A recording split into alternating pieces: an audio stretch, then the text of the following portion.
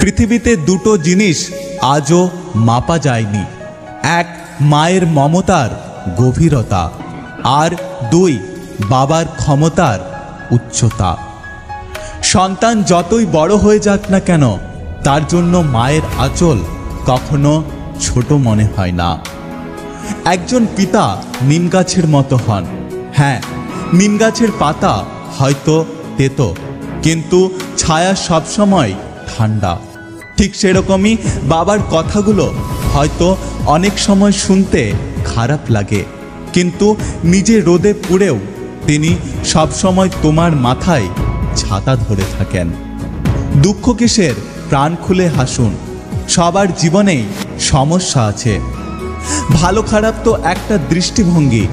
জীবন মানেই তো কখনো রোদ, কখনো বৃষ্টি। পারলে জলের মতো হয়েও নিজের রাস্তা নিজেই তৈরি করে নিও। পাথরের মতো হয়েও না, অন্যের রাস্তা আটকে রেখো না। কোকিল নিজের ভাষা বলে, তাই সে স্বাধীন। টিয়া আর ময়না অন্যের ভাষা বলে, তাই সে খাঁচাতে বন্দি। এক মিনিটে জীবনে এমন কিছু হেরফের হয় না, কিন্তু কিছু করার আগে এক মিনিট ভাবলে হয়তো জীবন বদলে যেতে পারে।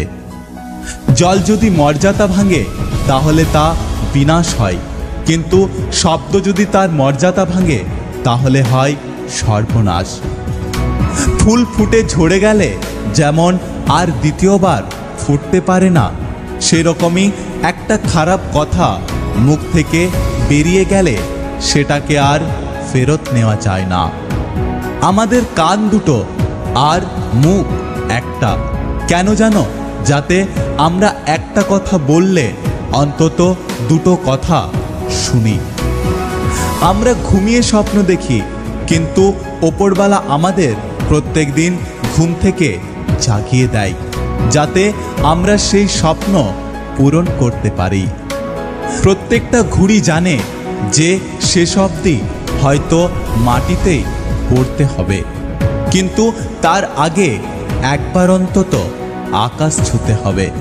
তাই তুমি তোমার জীবনে সময় পেরিয়ে যাওয়ার আগে একবার হলেও সফলতাকে অর্জন করার চেষ্টা করো। আমরা একটা অদ্ভুত সমাজে বসবাস করি, যেখানে ব্যর্থতার উপহাস করা হয় আর সফলতার প্রতি হিংসে প্রকাশ করা হয়।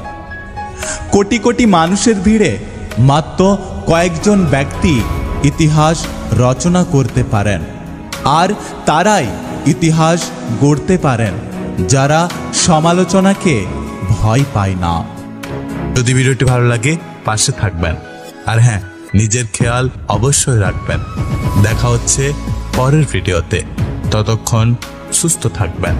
Take care.